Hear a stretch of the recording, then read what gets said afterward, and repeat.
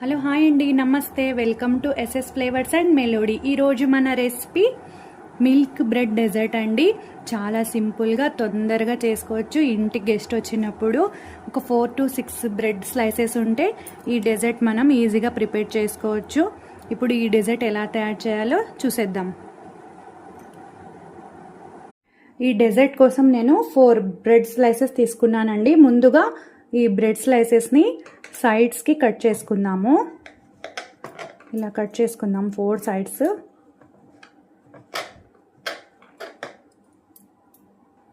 ఇలా కట్ చేసుకున్న తర్వాత దీంట్లో 4 పీసెస్గా చేసుకుందాము. ఇలా కట్ చేసి పక్కకు పెట్టుకుందాము. ఒక స్టవ్ వెలిగించి ఒక ప్యాన్ పెట్టుకుందామండి. ప్యాన్లో 1 table spoon of ghee add చేద్దాము.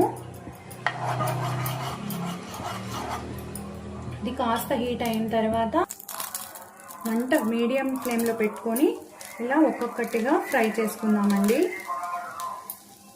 మంట సిమ్లో పెట్టుకుందాము, లేకుంటే త్వరగా మాడిపోతాయి.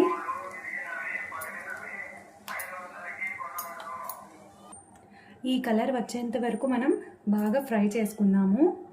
ఇలా అన్నీ ఫ్రై అయిన తర్వాత దీన్ని ఒక సర్వింగ్ బౌల్లోకి తీసుకుందాము. నేను ఒక 200 ml ఆఫ్ పాలు తీసుకున్నానండి. ఇవి పాలు బాగా మరిగేంత వరకు ఇలా పెట్టుకుందాము. ఇలా ఒక పొంగు రావాలి. ఇలా వస్తున్నప్పుడు మంట మీడియం ఫ్లేమ్లో పెట్టుకొని 5 table spoon of sugar add చేస్తున్నానండి. 5 టేబుల్ స్పూన్ షుగర్ ఇలా యాడ్ చేసి ఈ షుగర్ బాగా మెల్ట్ అయ్యేంత వరకు ఇలా కలుపుకుందాము.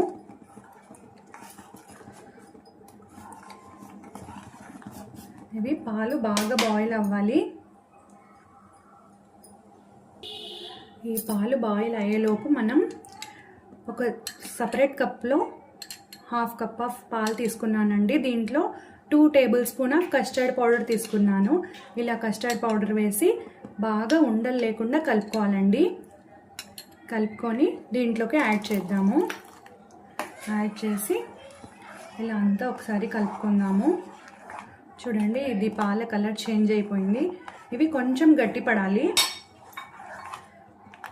దీంట్లో యాలకుల పౌడర్ యాడ్ చేద్దాము. కొంచెం దీంట్లోకి మనం యాలకుల పౌడర్ యాడ్ చేద్దామండి.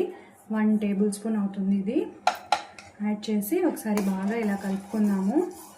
ఇది 200 ml ఆఫ్ మేము పాలు తీసుకున్నాం కదా, ఇవి 100 ml వచ్చేంత వరకు బాగా బాయిల్ అవ్వాలి. అప్పుడే మనకు డెజర్ట్ బాగుంటుంది టేస్ట్. ఇలా కాస్త గట్టిగా పడి ఇది ఈ టెక్స్చర్ వచ్చిన తర్వాత స్టవ్ బంద్ చేసేద్దామండి. ఈ ప్రిపేర్ చేసి పెట్టుకున్నాం కదా, ఈ కస్టర్డ్ మిల్క్ని దీంట్లోకి యాడ్ చేద్దాము. కావాలంటే లేయర్స్ లాగా కూడా యాడ్ చేయొచ్చండి.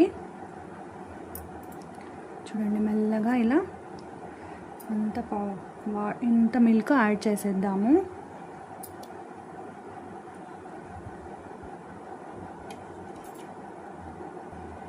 దీని మీదకి మనం సన్నగా కట్ చేసి చాప్ చేసి పెట్టుకున్న డ్రై ఫ్రూట్స్ని యాడ్ చేద్దాము. ఇలా యాడ్ చేసి ఒక 15 minutes రిఫ్రిజిరేటర్లో పెట్టవచ్చండి. కావాలంటే పెట్టవచ్చు, లేకుంటే ఇలాగే సర్వ్ చేసుకోవచ్చు. త్వరగా టేస్ట్ చేసేద్దాము. చాలా సూపర్గా కుదిరిందండి. మీరు కూడా తప్పకుండా ట్రై చేయండి. ఎలా ఉందో కామెంట్ చేయండి. నచ్చితే లైక్ చేయండి. Thank you.